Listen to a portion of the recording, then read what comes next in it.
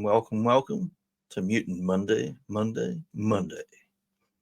Okay, today talking about some toxic Crusaders. This was a toy line back in the 90s from PLAYMATES, same company did Ninja Turtles. I don't know the names of all the designers, but I believe at least some of the same people worked on the toy line, I imagine, from the style of the designs and the twisted storylines on bio cards. I used to have Psycho and Junkyard, who was the dog in the Playmates line I bought at the store. And I went back to buy more, but then they were gone, so I never got any more after that. So this one is the Super 7 7-inch Toxie, and he's done in the style of the Playmates Vintage one. He carries over the same kind of details and accessories. It's very much like the Ninja Turtles Ultimate line, where it's like a recreation of the toy style figure in a larger size with the kind of recreations of the original accessories as well.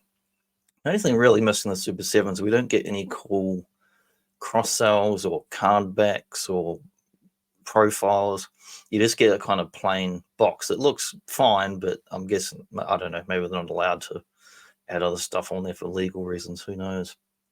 But this Toxie figure from Super 7 actually got released at least over 2, maybe even 3 years ago, the first version. And they announced the line. There was a lot of kerfuffle and hullabaloo from Super 7 as usual, cranking out some Thundercats where they were meant to be reissuing those and kind of mucking about. And then they went into the Ninja Turtles line, started cranking those out. And they were supposed to put these out, I don't know, a couple of years ago. They advertised them. And they put a Toxie out, they put a variant glow in the dark Toxie, and the other figures were just MIA. And then finally they turned up about middle of this year on Big Bad, and so I got the Junkyard, the Radiation Ranger, and Toxie together as one thing shipped over. I'm very pleased with this figure. He's a beautiful piece. I've only had him for maybe a month, and only unboxed him a couple of weeks ago. Chucked him up on the shelf. Very happy with him. He's cool details. He's got his melted tutu. And he's got all his happy faces and alternate heads, as we'll see coming up. There's his tutu there and that toxic gas. Letting out some gas, no doubt. These are just random accessories in the background from other things I chucked in there. Not even the right scale, but I just wanted something on trash cans behind them and a radiation barrel. Nice mutated legs with the old pussy bubbles, and where his, I don't know if his foot's coming out of his shoe or is it more ooze, I don't know, but it's disgusting either way. But yeah, really cool figure. The mop's probably the best accessory because that's what he had in the cartoon, and the other stuff not so much. Speaking of which, this is like the product shop, Super 7, just showing off the accessories because all mine are away in the tray out in the back room in the tub or whatever. They've got alternate heads, comes with a little blob guy that's in the cartoon, the mop. You get the American flag can kind of clip onto the mop, and I did try putting it on there, but it just, the clip bracket things are garbage. They keep falling off. Alternate hands and his little belt with like canisters. And I forget, I watched the episode I wanted to show yesterday. I don't know if he ever uses those canisters in the show or not. But yeah, there's the box or outer slipping box, and you get a logo, but not much else. Like you don't get any cool card bios or nothing like that.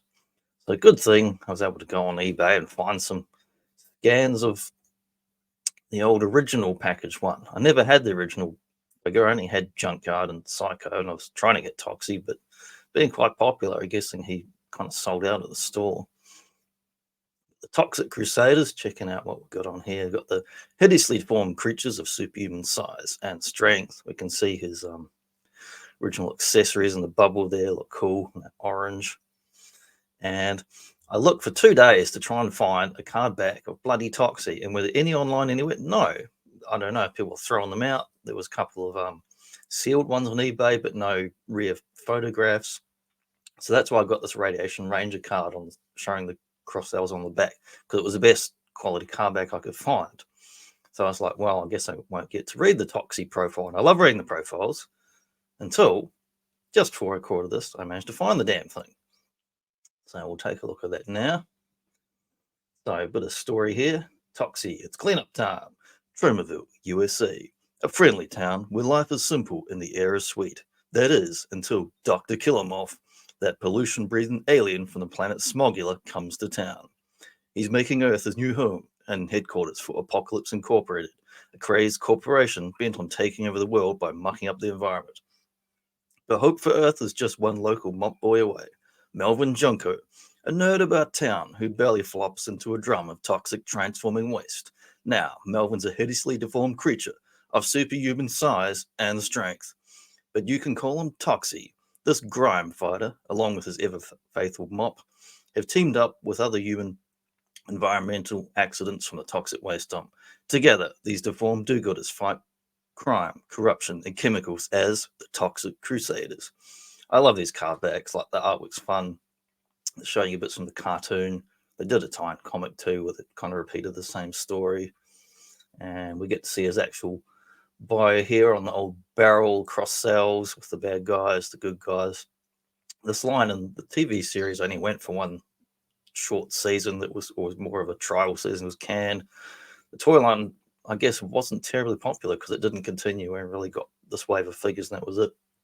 But let's check out his profile. Toxie, the likable, lumpy-headed hero.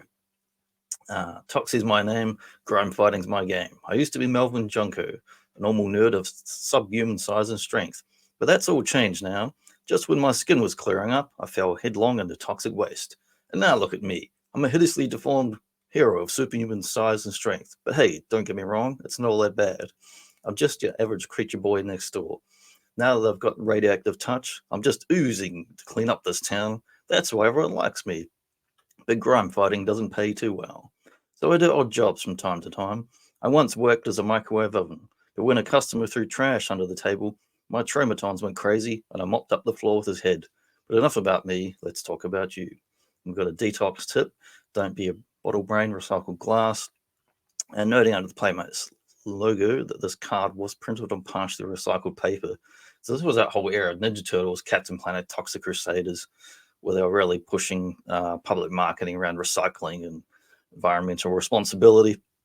And this shows obviously a massive parody of all the worst excesses of the Industrial Revolution and nuclear waste and all kinds of other stuff, turned into a lovely, demented kids' cartoon and toy line.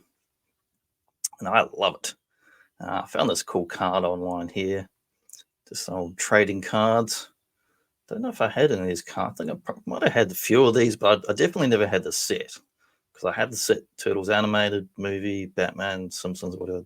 Didn't have the full set of these guys. But yeah. Cool cards. Just a panel from the comic showing Melvin pre-transformation. He's the guy, the nerd that turns into the Toxic Crusader. This is where I've currently got my Super 7 Toxie next to Junkyard there. This shelf is just a mix of stuff I've been opening over the last month or two. So we've got NECA animated stuff, we've got Super 7 Ninja Turtles stuff, and it's just a whole mix of things that I'm slowly opening and sorting, and eventually it'll be a proper display. But for now, I just went open them, get them up there so I can enjoy seeing them each morning as I come in here to this room of doom. Okay. So getting into what other crap they've churned out over the years. Reaction figure from Super 7. Fairly horrible, typical low effort figure. Even the card art is just not great. It's the old animation promo art, but no imagination is this whatsoever. Just completely lazy bullshit effort. I would never buy this. This I only found about, well, in the last couple of weeks, this has been announced. Some company never heard of, Trick or Treat Studios, is doing a new figure in the vintage style. They said it's not a reissue, so I presume that they probably don't have the molds, and then they're doing like a recreation, which is a number of ways of doing it now. Today's molds and technology and scans and whatnot. But if this is the sample, it looks pretty damn good. It's definitely in the style of the old vintage figures, and it looks excellent. I hope they do a whole line. I don't want one random figure. I've already just got into the Super 7 ones, but if they do a whole actual line of these, I'll absolutely buy them, because I've been trying to buy the vintage ones for years, and the prices are astronomical. They're far more expensive than Ninja Turtles, probably because they're less common and sold less units as the line kind of failed. So really pissing me off. I don't have all the vintage ones. There's only about 8 or 9 figures.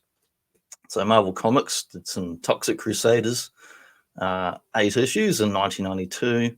Some fun Sam Keith artwork going on there, who's very good at drawing exaggerated proportions of crazy monsters. The art and story jumps around from issue to issue and person to person.